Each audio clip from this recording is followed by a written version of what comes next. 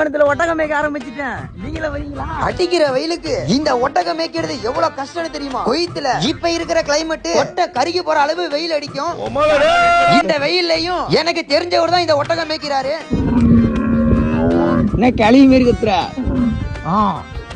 ஒட்டகம் மேய்க்கிற விட்டு லைட்டா கடலை போடுவோம். ஒட்டகத்துல ஏறியான்னு கேட்டாரு. இப்படிதான் ஏறணும்னு சொன்னாரு. அவரு ஆய் போற மாதிரி உட்காந்துருச்சு. ஒட்டகம் எந்திரிக்கும் போது அங்க இருக்கிற மயிரை நல்லா இறுக்கி பிடிச்சுக்கோ அப்படின்னு சொன்னாரு. ஒட்டகம் எந்திரிக்கும் போது கீழே இருக்கிற 2 விரக்கொட்டையும் ஒண்ணு டச் ஆகி சாக்கு அடிச்ச மாதிரி டப்புன்னு டப்பாங்க ஒரு ஏத்திருச்சு. உயிர் நாடி உள்ள போயிட்டு வெளில வந்துச்சு. நான் ஒட்டகம் சாணி போடுதான் நினைச்சேன். ஆனா உருண்டையா புழுக்க தான் போடுது. ஆனா அந்த வீடியோ எடுக்க எனக்கு பாக்கியம் கிடைக்கல. ஆனா இந்த வீடியோ பாக்குற உங்களுக்கு அந்த சாணியை பக்கம் கொடுத்து வைக்கல போல.